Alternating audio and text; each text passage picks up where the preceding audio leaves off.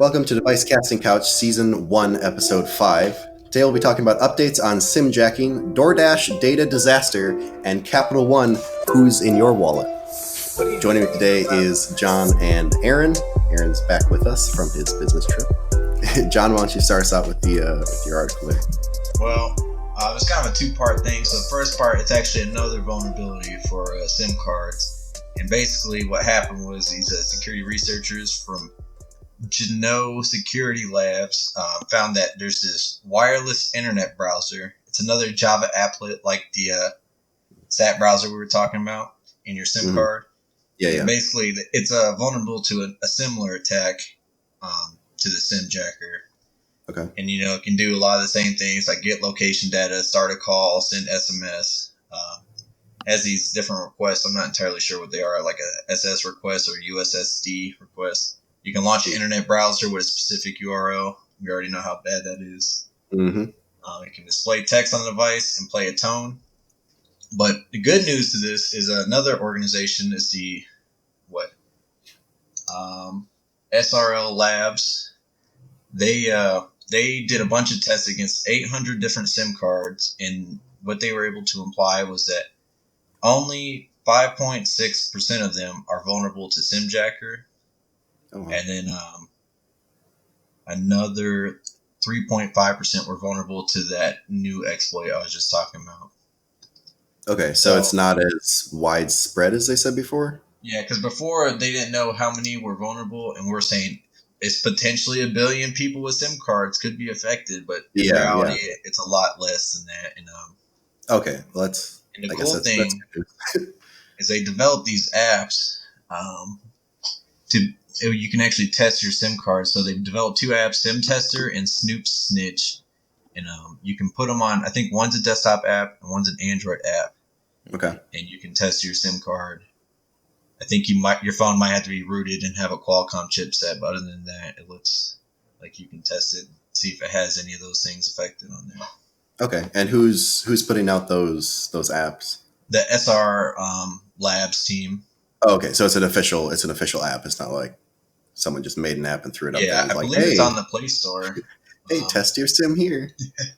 So I did a quick search online about SimJacker. It looks like a lot of South American countries actually, the mobile phone companies are actually shipping these vulnerable SIM cards.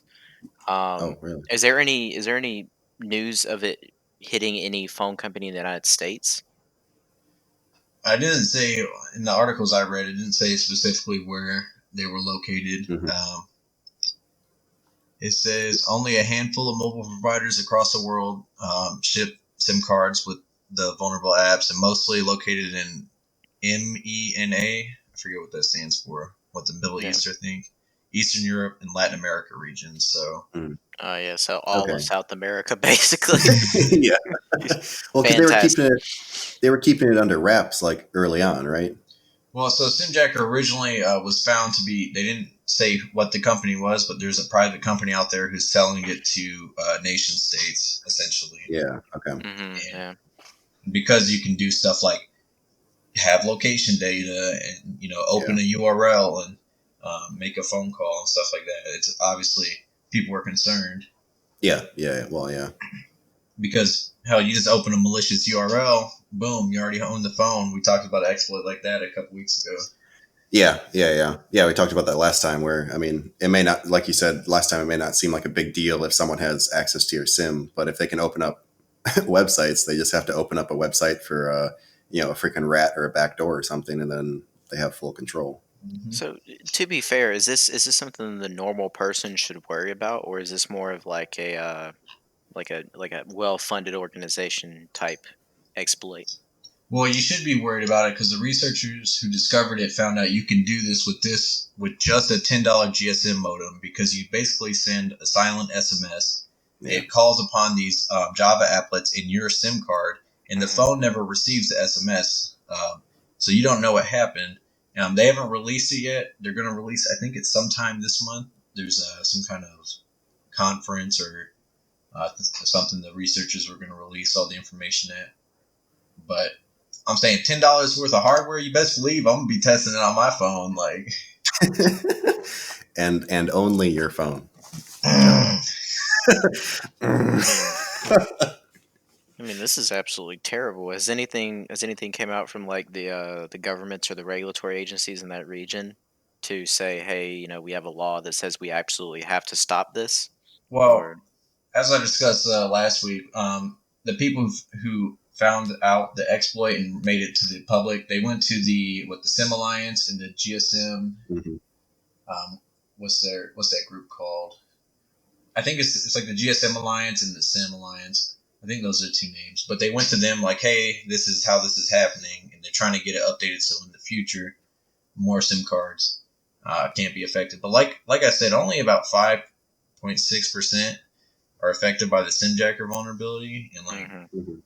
it's not a huge deal unless you live in one of those regions, and then you can I mean, test it yourself and stuff like still that. though, Yeah. I mean, if they can, like, let's say, whatever, 50% of people in South America are affected by this, you can still send texts from that phone as well, so they can target other people with malicious. I mean, they essentially could create a botnet on phones, correct?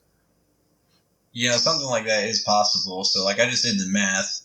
They said there's about a billion SIM cards or so in the world, and if Mhm. 5.6% of them are affected, that's about 56 million. So, Yeah, that's a lot of people. I'm looking at a Yeah, if they're an article from Adaptive Mobile Security, and they actually have a good infographic of a map um, of mobile carriers, in the countries that ship SIM cards that are affected by this.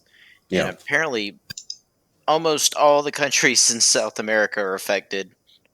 Mexico, like they said, Latin America, some African yeah. countries, Middle Eastern, and then Italy is looks like to be the only European one. Um, Hmm.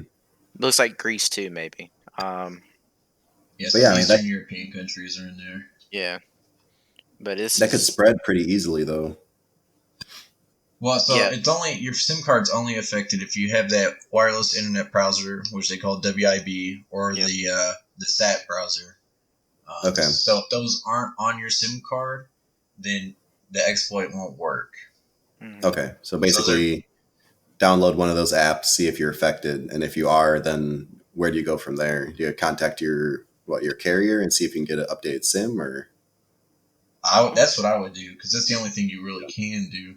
yeah, Yeah, but are they even offering it? Like, I'm not seeing anything that even says they're offering like a recall or a software patch. Like the thing I don't understand about SIM cards is if they're affected, can you update them to get rid of these things, or is it hard coded in? From my limited research on SIM cards, I do believe there are like methods to update them. It's just, do people do that many updates? Do people care that much? Like, we'll see. yeah, usually Mm, not. It just depends on how big of a splash in the news it makes and stuff like I, that. I haven't heard of it, and I actively looked this stuff up. So Yeah, I know.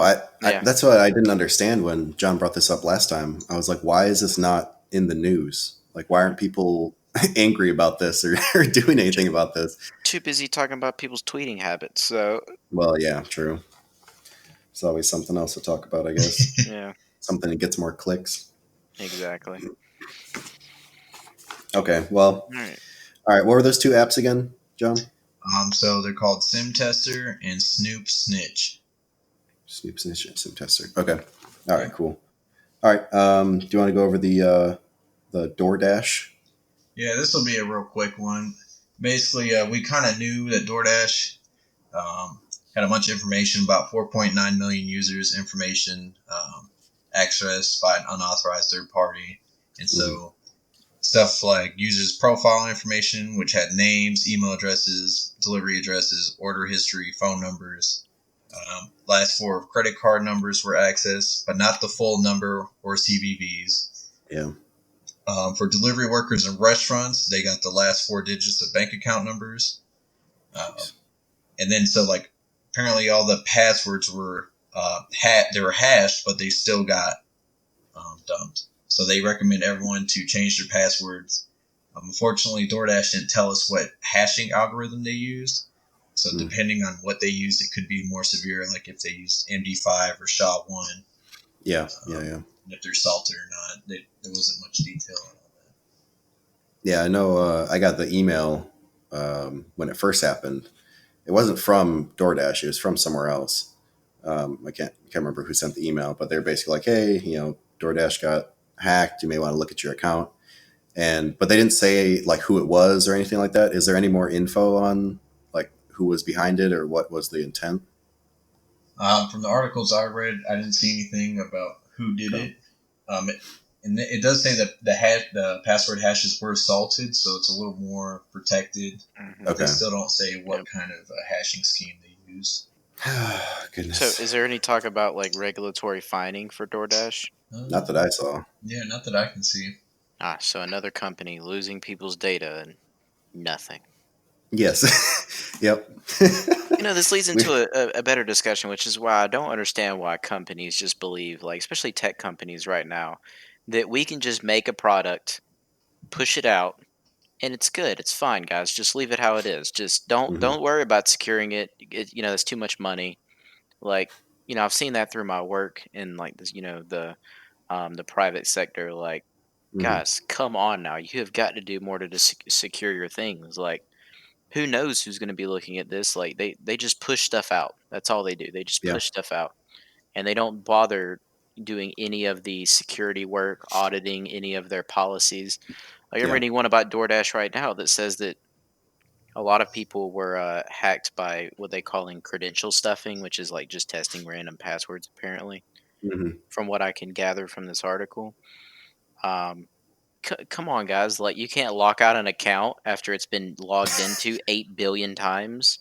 Yeah. Is that too difficult? Like, I mean, I don't know. I don't know if this is exactly it, but they did ask DoorDash apparently if they would improve their password policy, Mm. which apparently currently only requires a minimum of 8 characters. Nothing else. That's it. It just has to have 8 characters in it. It can be 1, 2, 3, 4, 5, 6, 7, 8. Oh no. Come on now. So who's Absolutely. like what I want to know is what company are they hiring, if any, that are implementing this stuff? Because like this, it seems like pretty simple standard protocols that should be in place that are Are, never put in place. are you But saying like, protocols or policy? Like, you mean like policies like the password policy? Like, we're going to require yeah, well, complex yeah, passwords.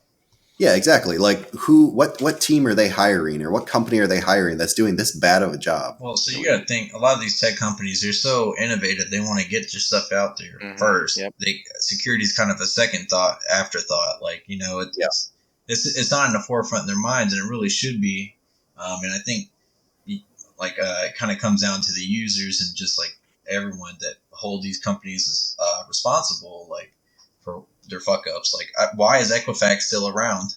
That's their main job, like yeah. DoorDash. Like, maybe DoorDash gets a spanking, and then they come back in a couple years or something. Like, I don't know. I No, mean, that but happens consistently. They get a slap on the wrist and they say they're sorry, and then everyone just keeps on using their product. That shouldn't be a thing. well, we talked about that with Equifax. So, like, they got a slap on the wrist from the regulatory agencies, and guess Yeah, what? What was it? A couple $1 million, like, to $1 billion company. Like, come on, yeah. guys, come on. That's nothing. That's all we got to It's not do. gonna. They can lose They're not going everyone to in the fix country's data, anything. Yeah, that. Oh, word. and Apparently, this a is the hundred same thing. thousand Dashers had their driver's license numbers accessed. So I don't know if I mentioned that before. Oh, fantastic! More That's private way more information. serious. Yeah. Yeah. I've done some googling right now, and it doesn't even look like they had any regulatory information that was like any regulatory agency that was like, hey, we should probably look into if you lost this negligently. Oh, Lord. Um, Well, I would say yes if they don't have any sort of policies in place for like password strength, or I mean, if well, they're as they said, we don't know what hashing algorithm they're I using or think anything like what that. Aaron's trying to say is there should be some kind of legal ramifications if you are a company and your users' information gets lost. Like, you should be held Yeah. responsible in some kind No, of I definitely well, agree.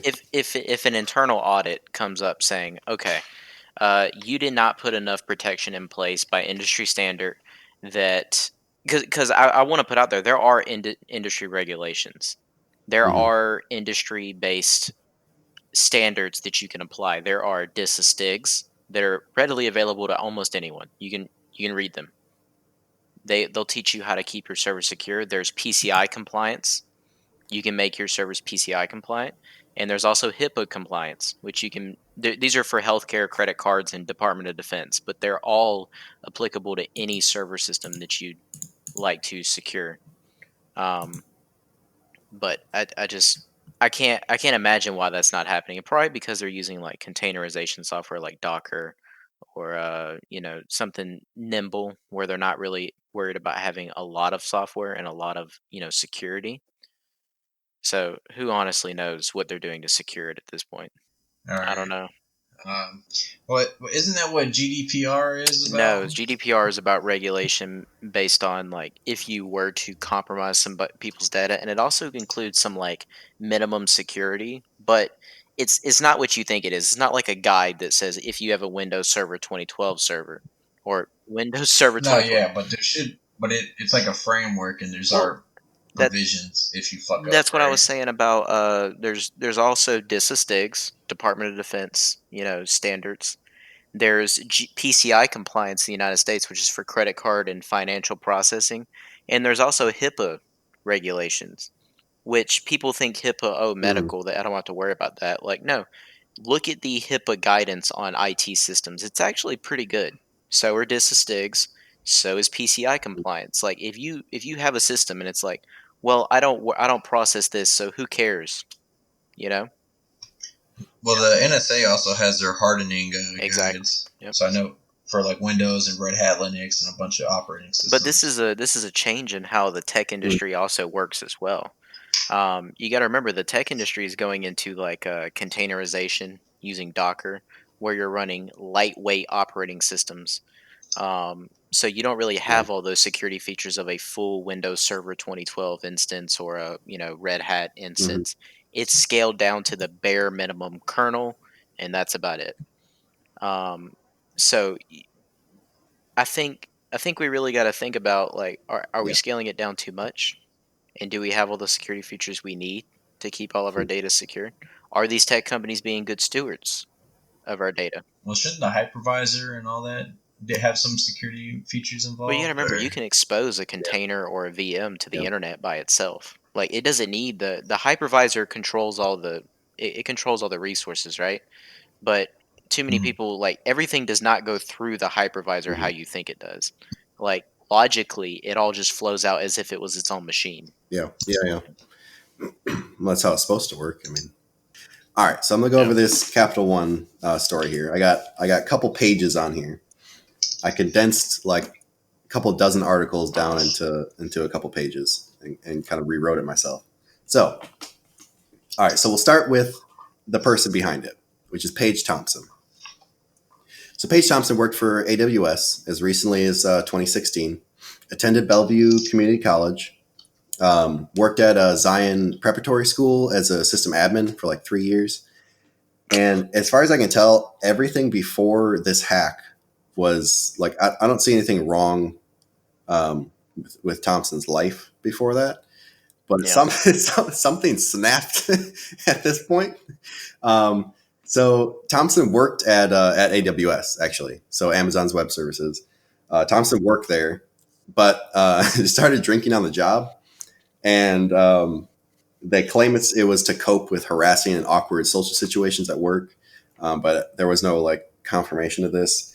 But Thompson eventually had to leave the job at AWS. So after that, Thompson couldn't seem to keep a position anywhere. In fact, this seems like a common theme with Thompson. Her resume shows 8 different employers over a 12-year period. Eventually moved into a group home where she lived Hmm. rent free with several other roommates, including Park Kwan. Remember that name because we're going to go over him in a minute. He's an interesting character. After this, it seems Thompson became very active on the internet, namely on social media, where she was part of several forums and communities involving coding, hacking, and programming. But Thompson was pretty unstable, going by the ironic username Erratic, and it showed. Several fellow coders and white hat hackers explain or complained that Thompson would harass them and even become menacing, going so far as to bombard them with spam emails in an attempt to DOS them. On a more serious scenario, Thompson also threatened to shoot up an unidentified California-based social media company's headquarters and spoke out frequently online about battles with depression and suicide attempts. Around the same time as Thompson had to euthanize her cat, she stated that she would be checking herself into a mental hospital permanently. However, that never happened. Maybe it's because Thompson had an idea. What if she could use her skills to hack a big company? No, several big companies. According to some of Thompson's friends, they think she went through with the hack for respect and to gain a new job. Weird way to do that, but okay. Regardless of the reason, in one terrible move, Paige Thompson hacked Capital One. Not only hacked them, but didn't notify them and kept the data that she stole from the private server. So we'll move on to the hack here. March 12th, 2019. Paige Thompson sits in her group home in Seattle, essentially penetration testing dozens of workstations at Capital One. Success. One of the devices has a misconfigured firewall, and this computer happens to interface with an AWS server. Thompson is able to glean the admin login credentials from the device's metadata, and a few keystrokes later, she has access to a server at AWS. From March 12th to July 17th, Thompson accessed and downloaded more than 700 folders of data, equaling millions of files. In these files were names, addresses, date of births, and over 120,000 social security numbers and confidential info of U.S. and Canadian companies and businesses that applied for a credit card from Capital One. Then Thompson made yet another mistake. She posted about the hack online, stating clearly that she had downloaded the data and wanted to move it off her server. One such site was the famous GitHub forum, which is a platform for programming and coding collaboration and discussion. One GitHub user saw the proof and the post that Thompson had made and notified Capital One. They looked into it and realized 127 days later that they had been breached. Then they notified the FBI, who easily traced it all back to Paige Thompson. As one agent put it, Thompson left a trail of breadcrumbs leading all the way back to her. But it doesn't stop there. As I said, Thompson wanted respect and fame in her addled mind. That meant one company just wouldn't do. In fact, according to other posts online from Thompson, she used the same technique on dozens of other devices at other companies, allegedly including the automobile manufacturer Ford and even some financial institutions in Europe. One article claimed that there were as many as 30 other companies that may have been targeted by Paige Thompson in the same way. If convicted, just one count of computer fraud could land Thompson 5 years in prison and $250,000 fine. Scott Piper, who advises companies on their AWS security, stated that the ability to pilfer credentials from the metadata is a vulnerability that has been known since 2014, but Amazon considers this issue to be a customer responsibility and not theirs. Brennan Thompson, a security researcher, ran an internet scan in February of this year and found that over 800 Amazon cloud accounts allowed similar access to their metadata, and is not limited to AWS. Microsoft's cloud service is also found to be at risk. So, that's Paige Thompson and the hack. So obviously the FBI showed up at her house, the community house, broke into the house, arrested a bunch of people. Apparently she didn't want to go at first, and she threatened that she was going to like shoot her way out. But she ended up doing that. So, but they also, when they broke into the house, they also broke into this Park Kwan's home, or his room rather, and they found a bunch of illegal weapons, dummy grenades, and chemicals used in the making of explosives. And he also kept this unsecured with full knowledge that Thompson was a freaking mentally unstable person and had threatened to shoot up a company, the suicide attempts, all that. He knew all that. He was the landlord of the house. Doesn't he have some priors? Yeah, yes. So he was arrested along with Thompson. But yeah, his priors. So he was military. Oh, yes, good. In the 1970s. He was court-martialed for soliciting the theft of military weaponry and sentenced to 5 years at Leavenworth. All right, so a little rough start. Yeah. A little rough start, but, you know, he could learn from his mistakes. But he didn't. 1983, he's convicted again for involvement in a plot to murder a Seattle man by strapping dynamite to the victim's truck as he returned from a fishing trip. It did not explode due to a malfunction, and sentenced to 10 years behind bars. So, okay, he gets thrown in jail again. All right, so he's back out, you know, on the straight and narrow until 1991. Convicted of unlawful possession of unregistered firearms and sentenced to 57 additional months in jail. So this guy's he's a piece of art. So let's discuss real quick. So back to Paige Thompson for just a moment. Yeah. What educational background did she have? So as far as what? She went to community college, I think. Yeah, all it says is Okay. she attended Bellevue Community College. I'm not sure anything besides that. There wasn't See much here. known about like her personal life. There wasn't much like posted about it as far as like before this happened. There wasn't much info on like her childhood or anything like that. See, here's my very large issue with all of this. Basically, Hmm. why have we made technology so easy to where someone? Granted, she's worked in the space. She's been a sysad before, right? Oh yeah, yeah, That's great. You should not have that knowledge to where you can go breach AWS yeah. being a No. normal sysad. That Well, should be impossible. Should be impossible. I know it's not, but come on, guys. Hmm. but what he was Come saying on. was is that Amazon knows about the issue, but they consider it a customer responsibility. So Yes, basically, they haven't done anything because I want to say it's been around since 2014. Well, 2014. Okay, let's talk about Capital One and Ford then. Let's talk about that real quick. all right. How did she penetrate their networks? She found a misconfigured firewall on one of their systems, and that system was connected to an AWS server. So what it sounds to me like is some admin somewhere Hmm. created a large vulnerability in his otherwise impenetrable wall. Yes. An admin did. Why is this so common that admins are the ones that screw up their own security? I mean, yeah, What you're happens not is the wrong. human element to everything. Yeah. Like we Um, talk all the time, like, oh, we got to secure, end user machines. We got to secure client machines. We got to secure, um, regular users. Like, no, no, no, Mhm. no. We need to secure the admins. You're the problem. Yeah. And I don't know if it comes down to like more training or maybe they need to have someone looking over like their buddy's work. I don't know what the fix for this would be in a company like that, where I'm sure they do this stuff all the time. I mean, there's so much work that must be going on in the background at these companies, especially a banking facility.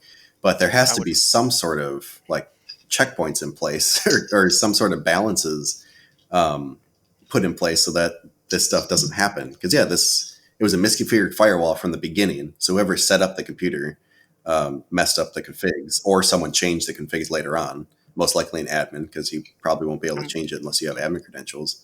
I'm So wondering if this was like a jump server though. You know what I'm saying? Like something where you could easily something you use to log into administrative things, anyways. Like possibly, yeah. I because mean, there's no way. Like what are you using? Your normal machine at home to log into your AWS servers? Like no. no, These I were don't at think so. Capital One, from what I understood. The AWS servers are at Capital One? No. The workstation that Thompson logged into. Oh, yeah, yeah. No, I get that, but I'm saying Yeah. like why are we logging into AWS servers from an unsecured workstation? Well, yeah, you got me there. You're a bank. You're a multi-billion-dollar bank and you're telling me we're logging into AWS servers from Joe's computer in IT? Yeah, I guess so. It doesn't really Is say this where really these things are, but I Oh my mean, goodness. that's what it seems like. It said a workstation, a misconfigured firewall on a workstation. So, Fantastic. That's right. Joe's got it all. so yeah, it's a little interesting. So obviously, Page went to court. The court date kept on getting pushed, but finally on the September 5th of 2019, Thompson was actually appeared before a judge and pleaded not guilty to all charges in connection with the breach. I don't know how, but she did. Um, so the government alleges that Thompson also stole data, as I mentioned before, from 30 other organizations in and outside the U.S., though the court filings did not name specific victims. So the Ford and the Italian financial company, those are just allegedly. That was one of the authors said that they believe that was the company that was the other companies that may have been targeted. Um, so, federal attorneys from the Western District of Washington also say Thompson, upon breaching victim organizations, leveraged their computing power to mine cryptocurrency as well, an activity known as cryptojacking.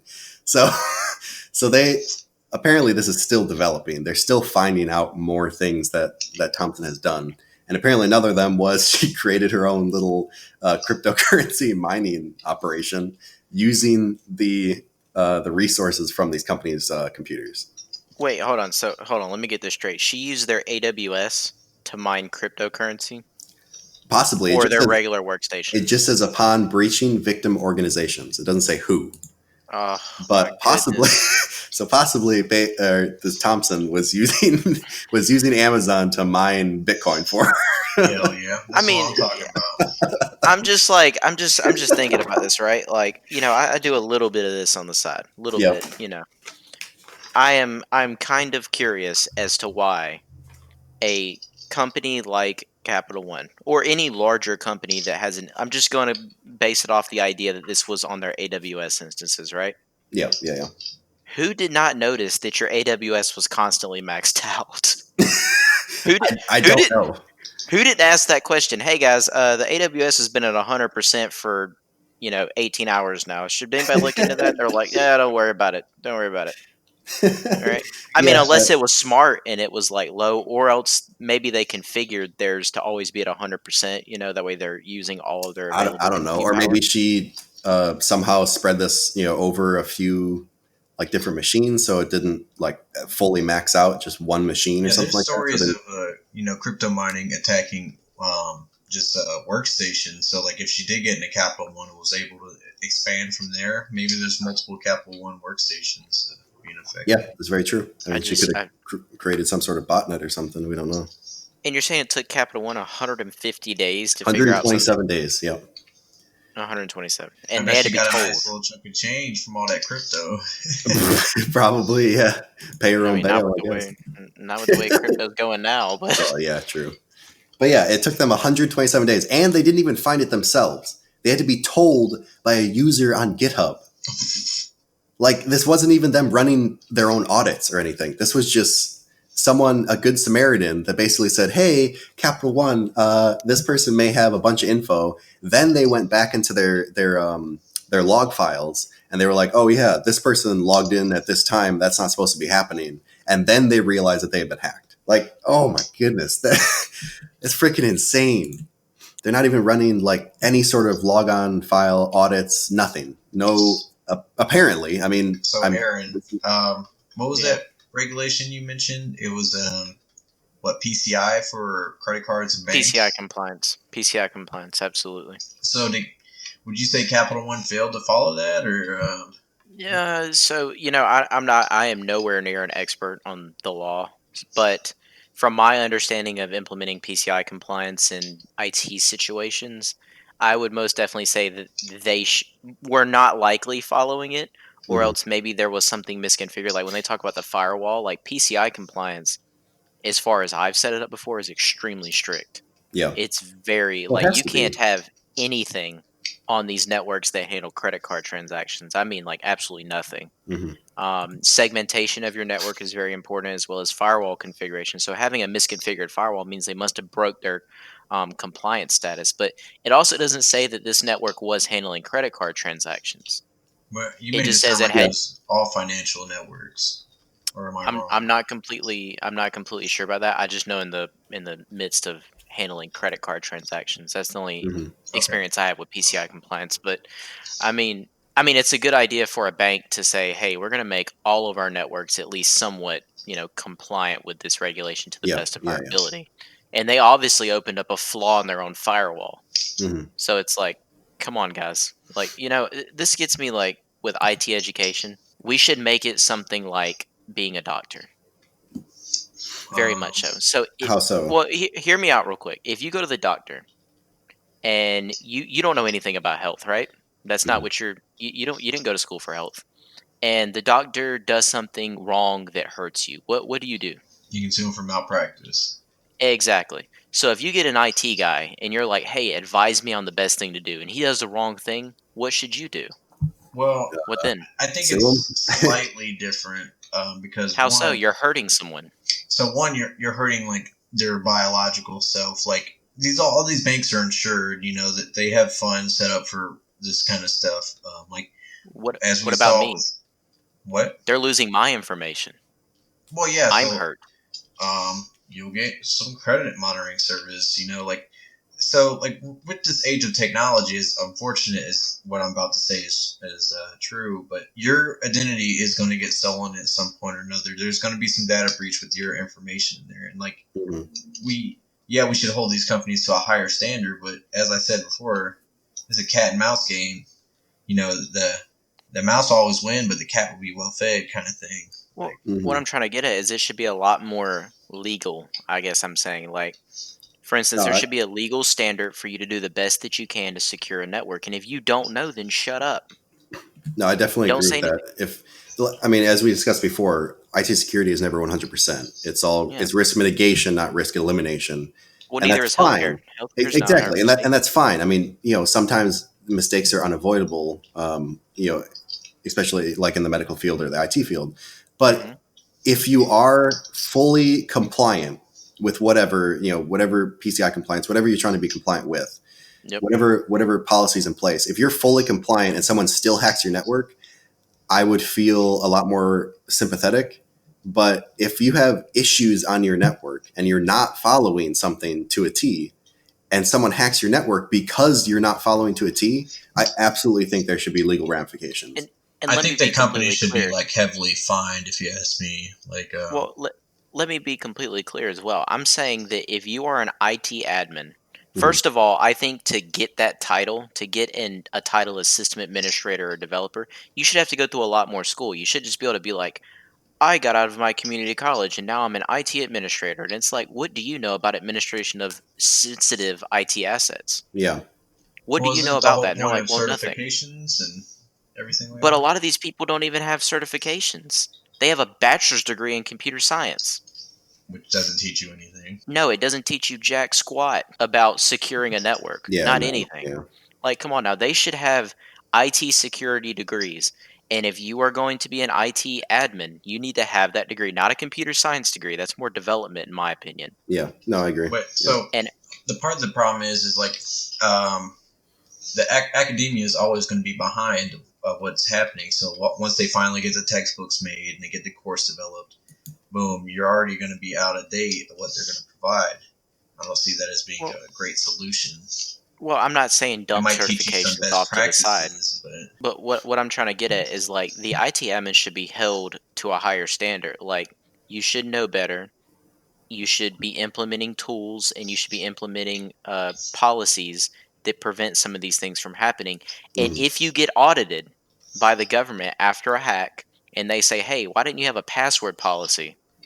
And this is how you were hacked. You were hacked because somebody entered the password 1234567 8, and boom, they got in. Yeah, If that comes to light that that was the problem, should that IT admin be fired? Absolutely. Should he be fined civilly for his misconduct? Absolutely. well, so why should Personally, he be absolutely. fined? You know, isn't there some protections in regard? Like if these companies can protect themselves from this kind of thing, like Well, let's take the medical field, right? If I go to you and I'm like, John, you should quit smoking, it's going to kill you. mhm. And then you're like, shut up, doc. I don't care about that.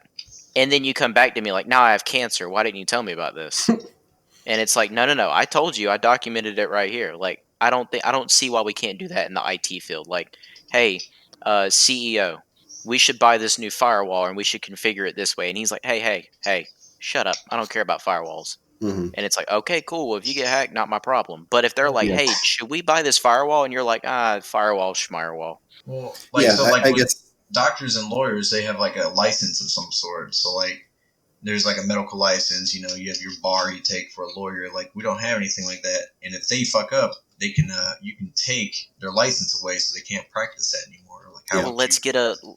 let's get regulatory licensure then. Because every story we've read so far has a guy sitting behind a desk named Joe who screwed up everybody's stuff and no one's going to do anything about it. No one's yeah. going to do it. I guarantee you Joe still probably has his job. You want to know Well, why? Because Joe didn't know any better. Joe's 55 years old and he worked on the first computer that was the size of a room. I mean, okay. Like, what do you Okay. want from me? I'm being completely honest. Like, this stuff needs to be corrected. I'm so tired of hearing it. Yeah, Because like no, I agree. I'm not the best, but I don't know anything. But you want to know what happens when people ask me like, "Hey, what is our best course of action?" You want to know what I say? Mm. I don't know. I don't know. Yeah, I will I gotta find find out. out. Yeah. yeah. People Or definitely shouldn't maybe we be. should hire someone else to that Mhm. can do just this. I definitely agree with that. The person should be fired if they don't know what they're doing, and if they prove that they don't know what they're doing by obviously there should be some sort of vetting procedure before this to see if they actually know what they're doing. But if they don't, then I definitely agree they should be fired. I don't know if they should be fined civilly. I think the company does take some responsibility by hiring this person and not correctly vetting them. Because I mean, no matter where you go, if you work at a big tech company, if you're not doing your job or you're doing it poorly, you're probably going to get fired. I mean, that there's some sort of vetting when you get hired by a company in any sort of like IT sphere. So why isn't this happening at companies like this? I do think the company should take some responsibility for hiring this person and not actually vetting to see if they know what they're doing and they're actually going to keep people's information confidential. Well, I'll be completely honest with you. Like from my small work, in the private sector, I'm not Mhm. that old, but it is not that hard to get hired. It is not. And maybe people think I know what I'm talking about, so they're like, "Oh yeah, this guy Yeah. hired, got it."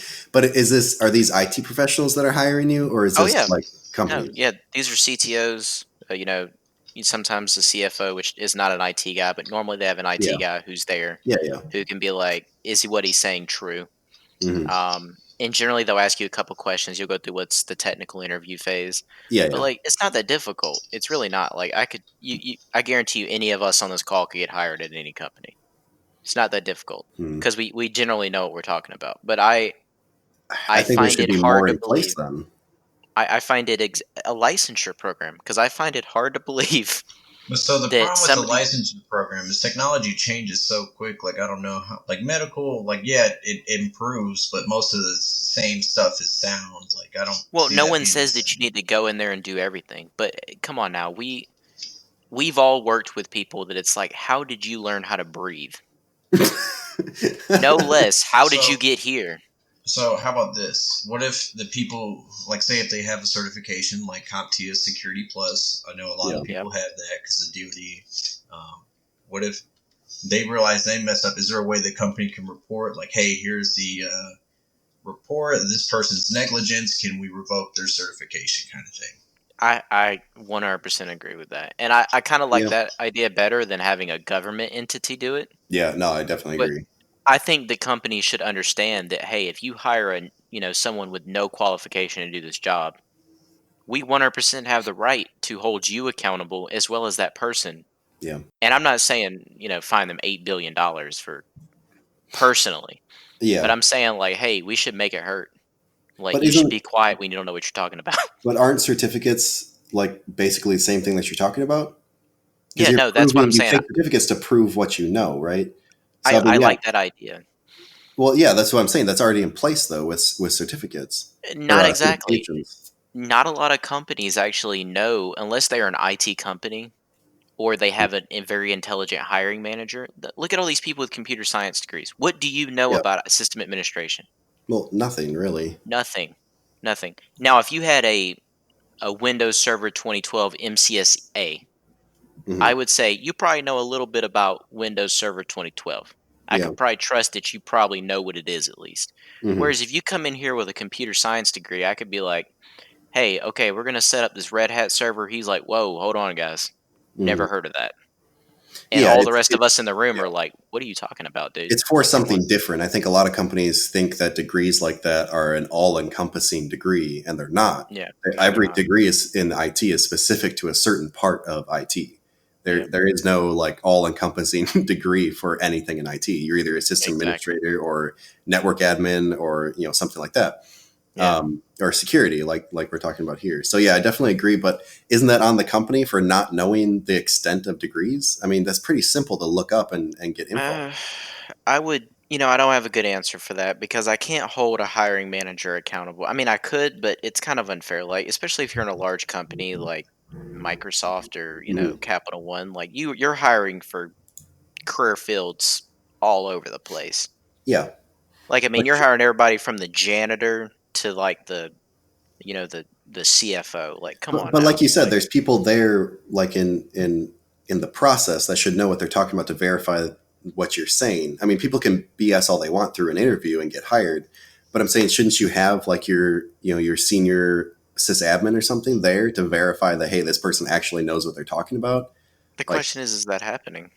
well, that's what I'm saying. That's why I hold Yeah. the company more responsible for hiring people that do a bad job in security.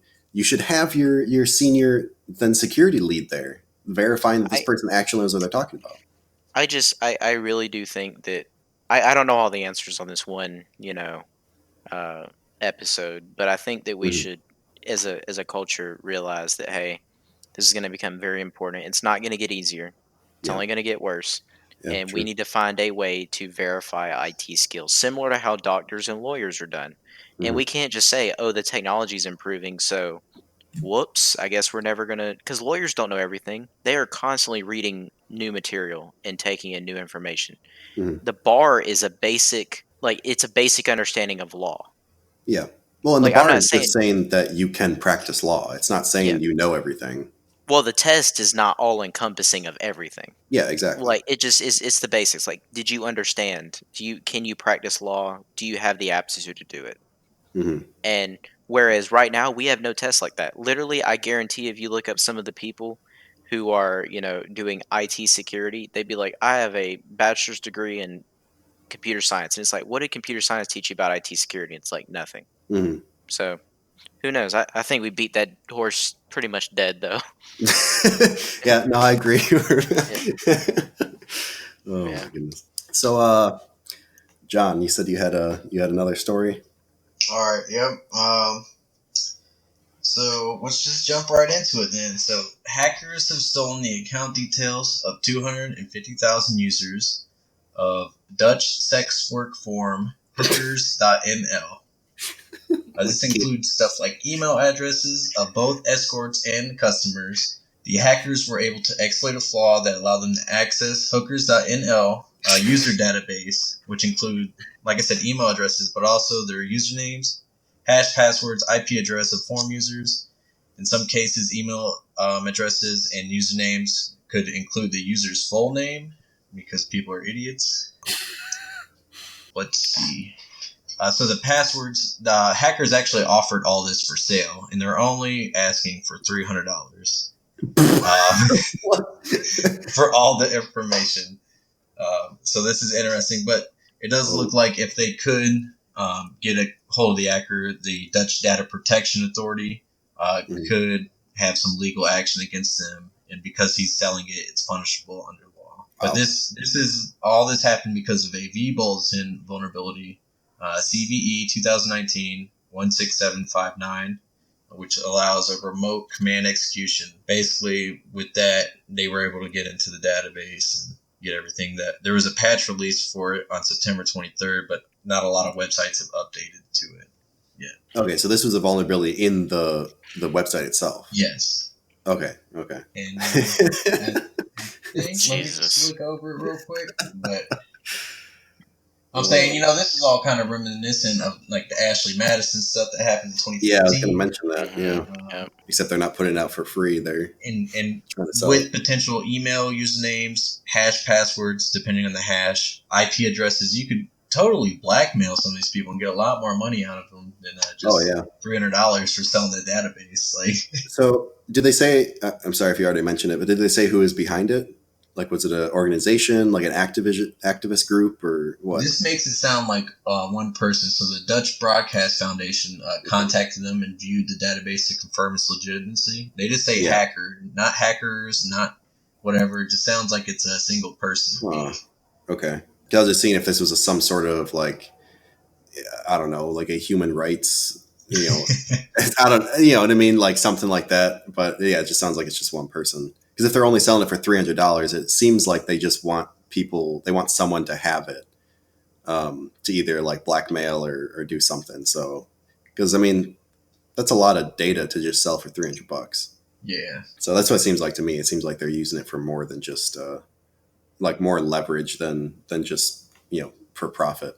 But apparently, like this has been affecting other people. Like, what's it, Komodo's? I think there's some kind of antivirus. Their forum was affected by Mhm. the same exploit, and it's just people need to look at these CVEs and update their stuff on time. Like, there should be someone managing that, I'd say. Look, another example of people needing the right education. But the thing is, Komodo. It's funny because that's kind of their thing they focus on. Yeah. Like their cybersecurity solutions. That's what their website says. And look at them not updating their stuff. It's a great track record. Exactly. Trust us with your internet security. Oh, we got hacked.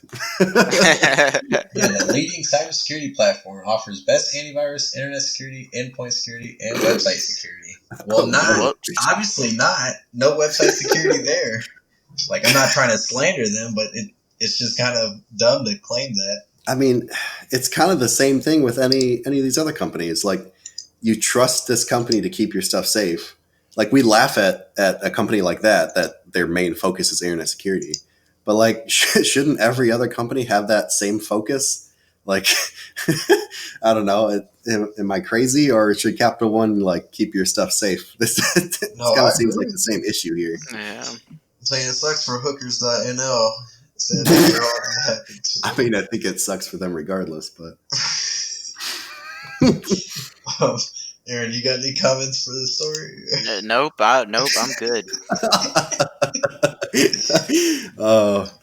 Yeah, me and John commented in the last episode that we're kind of getting more and more offensive as the episodes progress. It's always him too. Notice none of the rest of us have these dirty. Look, you can read the Threat Post article I'm quoting. This is exactly what happened. Like, what are you searching to find this? Like, so you don't want to know. I don't know if y'all have ever used Threat Post, but it's real great.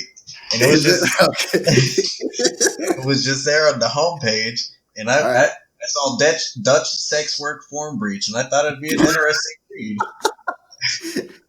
Oh no! Of course. You travel to the Netherlands often? Hey, let's not talk about that. Oh my goodness! I was waiting for you to say, I was personally affected by this, so I have a lot of passion. I just figured if we do have any readers from the Netherlands or Holland, as they call it, maybe they should be in tune and know that their stuff is exactly. Or anyone who takes business trips there. Well, even the escorts working there, the customers that partake in them, all that kind of stuff. Well, I'm sure they've been notified. Oh yeah, I hope so. I mean, I'm sure their pimps have been notified anyways. Jesus. I'm sorry. But I'm not. But we call it the Vice Casting Couch. It's not why we called that, but okay. Oh my goodness. All right, well, I think we're going to end that there. We had a good run. It's been fun before we get canceled. All right, well, we will see you all later. Bye.